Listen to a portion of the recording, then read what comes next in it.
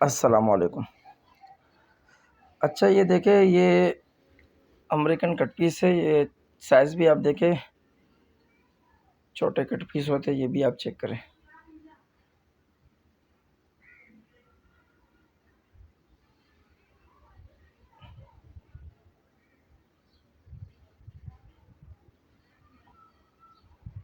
ये इस तरह के कट पीस है, सारे चेक करें।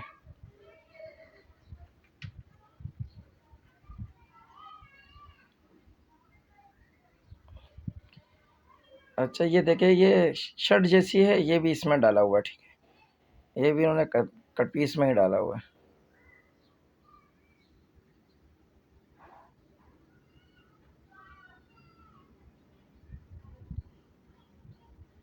इस तरह की तमाम चीज़ें इसमें मिक्स की होती है।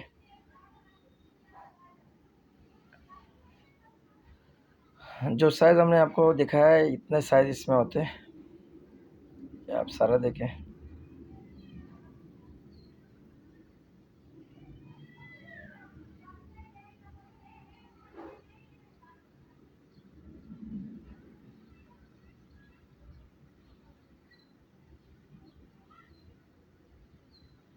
माल सारा चेक करें आप।